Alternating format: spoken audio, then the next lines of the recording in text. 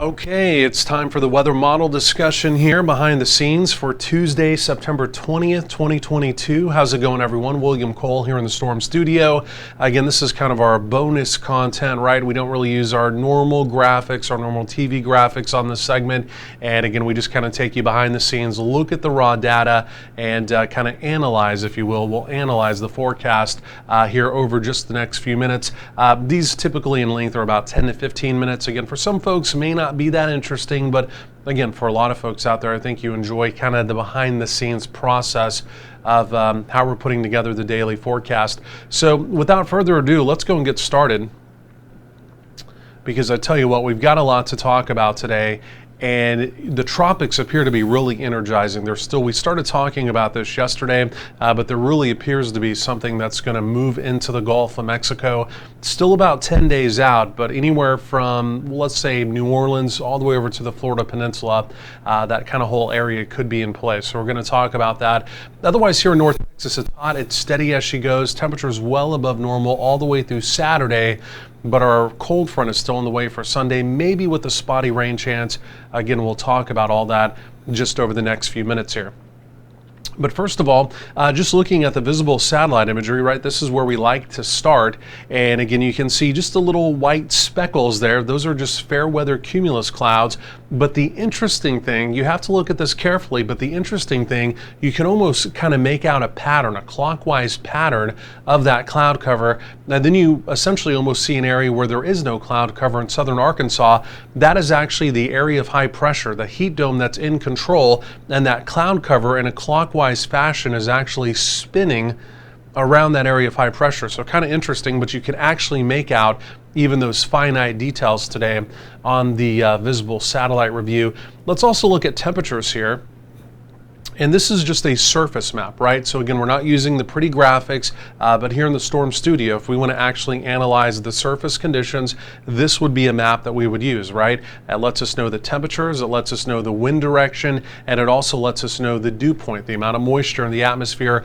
Obviously, where you're seeing the shading of green showing up, that's where the dew points are a little bit higher, right? 60, 65 or above. Then you get the shadings of green. That's more humid air. Notice some of that here in the Metroplex. We are less humid though today than we have been the last several days. And in fact, our temperatures out there currently are in the lower to lower mid 90s. And then up in Oklahoma, it's been pretty hot up there the last couple days.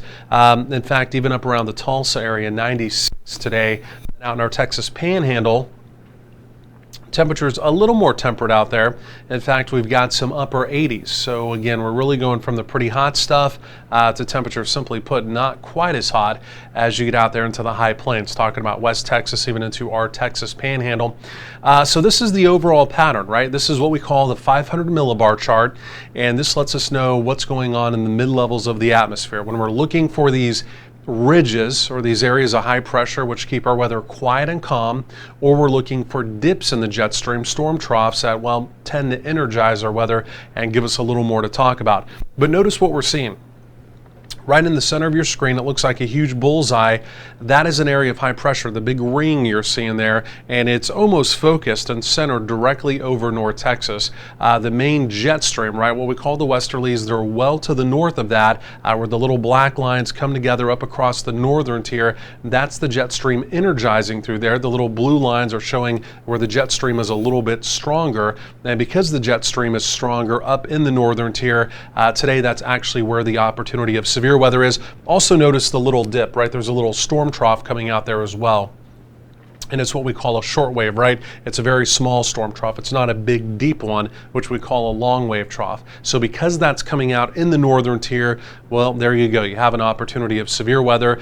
Wisconsin mainly, but also now even back over to parts of Michigan and even the UP of Michigan now included as well. No real risk of tornadoes, wind possibilities, but mainly a hail threat. And that hail threat is mainly up there across parts of northern Wisconsin. There was a bit of a tornado threat earlier in the day. It looks like the Storm Prediction Center went ahead and removed that. So again, mainly a hail threat up in that part of the country. Okay, from there, I want to talk about the tropics, then we're going to get to our local forecast because the tropics are really beginning to heat up. Of course, we know about Fiona. This is now, we were talking about her yesterday becoming a major hurricane today. She actually did it overnight, so she's now a Category 3. Winds unchanged, still right at 115 from earlier today. Pressure 959. Of course, with these systems, you watch the pressure. The lower the pressure gets, typically it means an intensification process going on. The latest guidance here from the National Hurricane Center is showing that she will become, or she should become at least, or she's forecasted to become a Category 4 storm. And again, she basically stays a major hurricane all the way until she hits the northern Atlantic. But notice the cone. And let me bring that down just a little bit. The cone takes her all the way up into parts of Canada, and she'll become extra tropical the further north she gets just because the waters become cooler. But she's actually going to bring far eastern portions of Canada just some torrential tropical rain. She'll no longer be a hurricane, but she'll just be kind of a post-tropical or extra tropical system that's really going to cause some active weather there. Also, Bermuda is going to get a glancing blow of what appears to be a Category 4 hurricane. It's not going to move directly across Bermuda, but again, a glancing blow from a Cat 4 can really cause some issues. So that's the latest, obviously, on Fiona. But let's go and take a look at this here. We have one new system. This is Tropical Depression 8, which is out in the Central Atlantic. It poses no risk to land, right? It's going to meander in the Central Atlantic. It's not going to do anything. So we're going to kind of skip by that, okay? It may become named. It may become a named tropical storm. In fact, it most likely will. But again, it meanders out in the Atlantic. Not going to do anything. No story to that one at all. But we've got a disturbance that's just off the coast of South America, and it's kind of wandering out of our main development zone. The Hurricane Center's now put this at an 80% likelihood of development. I would almost put this at 100% based off of the data we're looking at. But again, this is going to develop into something tropical the way it looks. I'm going to switch over to the model. Now, this is just the raw stuff here now that we're looking at, and this is the European model, right? Typically, when we talk about tropical weather, really when we talk about any type of weather, the European model compared to the GFS normally hands down outperforms, unfortunately, our GFS model. But I'm going to walk you through the next several days, and I want you just to kind of keep your eyes towards the bottom of the screen. Again, you'll see Fiona lifting off to the north, not to confuse the two. There goes Fiona, again, lifting up towards Canada by Fiona. There she goes. But take a look out in the Caribbean. You can see that system, that wave, right, especially as it gets off the coast of Cuba, almost in the center of your screen now, form into something. And it appears as though it's going to form into a hurricane. And from there, it goes into the Atlantic. And from there, the latest run of the Euro takes us up towards the Tampa, St. Pete type area into the Florida Panhandle. Now, I can tell you, depending on exactly where the area of high pressure is, our summer heat dome that's going to go out to the west, depending on exactly where that is, the path could be a little bit further to the west. But a lot of the new data today does take that system up towards the Florida area, specifically the Tampa area.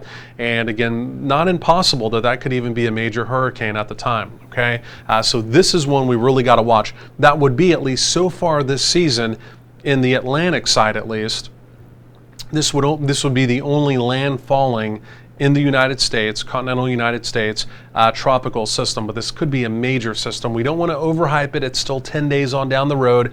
Maybe this doesn't even happen, right? But it's not just we have one or two models suggesting this.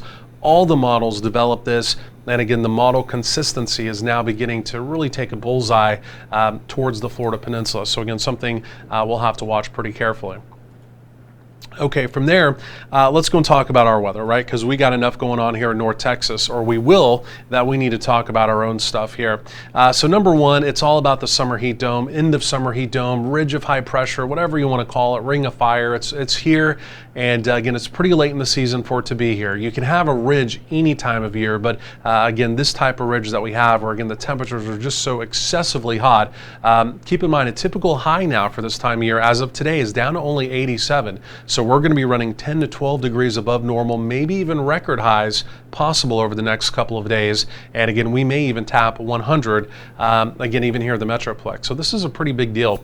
And we know we've had a pretty hot, dry summer, so it really continues now. So going forward in time, in the center of your screen, you see the summer heat dome there.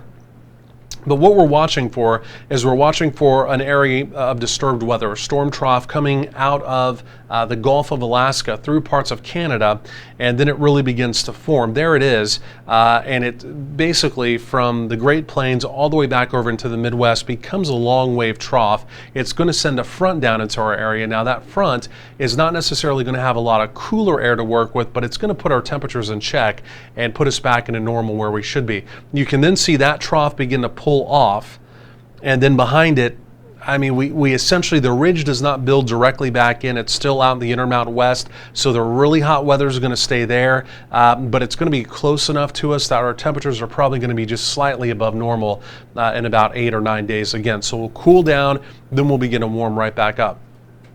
So let's go and put a little more context to that. And again, this is the 850 millibar chart. This is, again, looking for air mass change, right? We're just above the surface, and this time of year, this is when you can get a pretty good read on any type of air mass change, right? So you can see one storm trough comes through, that front doesn't make it to us, so we won't necessarily worry about storm trough 1. But here comes the one that I was talking about out of the Gulf of Alaska. And again, you can see front in the area. In fact, up in Oklahoma, they get a pretty decent push of cooler air. In fact, up in Oklahoma, that's how close the cooler air is going to be.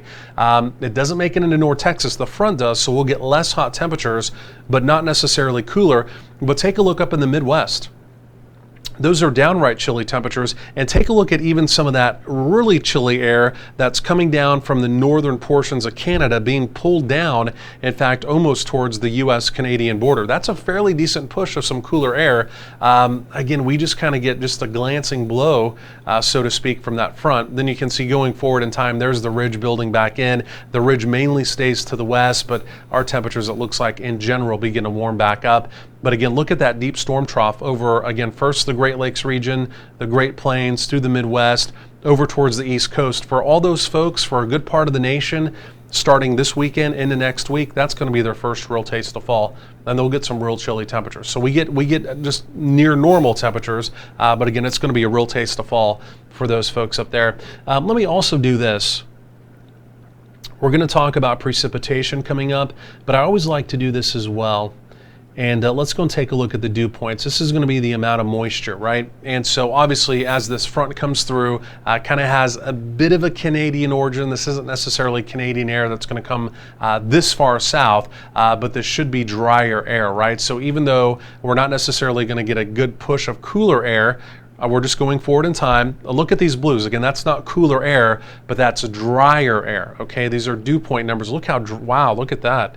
Look how dry that air mass is. So our temperatures are going to go down to near normal. We'll be in the 80s, but what I think you're really going to like, it's going to be those very dry air mass. Means the mornings are going to be cool, warm afternoons, plenty of sun, and simply put, just no humidity out there, right? So that will be very comfortable air, again, starting really on Monday and through a good part of next week. So that part right there will be pretty nice. So from there, let's go ahead and take a look at precip possibilities.